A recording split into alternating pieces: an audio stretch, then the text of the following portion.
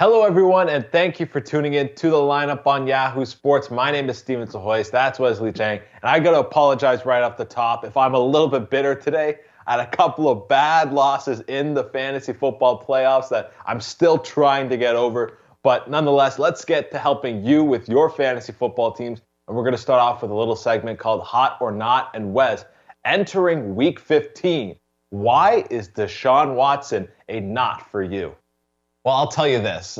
Before we even get to the drafts, I can tell you this already. I'm going to have DJ Chark on every single fantasy team of mine. That's just how it's going to be, because this player will finally have a number one quarterback at his disposal in Trevor Lawrence. Once the Jaguars get to the podium, they announce that first overall pick, DJ Chark's draft value is just going to go through the roof. And this is why. He's an athleticism through the roof gold card member. If anything, he's the leader of the club because he is that type of player. He is such a size-speed mismatch. And when you see plays like the one he had this past weekend against the Chicago Bears, where he's able to tap his toes on the sideline in the end zone to make a ridiculous touchdown grab, it just makes you wish he had a good quarterback at his disposal. But wish no more, fantasy football managers, because that is going to be the reality entering 2021. In Los Angeles, it's taken a bit of time, but it looks like Cam Akers has finally established himself as the team's number one running back.